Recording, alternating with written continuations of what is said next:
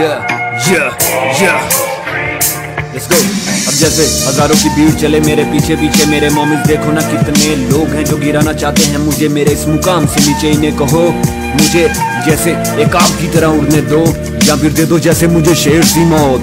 इन दोनों में से एक भी मिल जाए तो मैं मोमिन बहुत खुश। आखिर मुझ में कोई खास बात है तो दे रहा हूँ तुम सबको मैं, जैसे ये सुपर ओवर। जैसे इस मुकाम तक पहुंचा मैं दुनिया वालों से खा खा के ठोकर। जैसे जो लोग मेरी ये गहरी बात तक नहीं पहुंचे, मेरी नजर में वो जोकर जैसे। फ्यूचर देखना चाहते हो तो देखो मगर मेरी आंखों से होकर। अब छोड़ो ये बात, सुना है तुम्हें इल्म की है बहुत प्यार।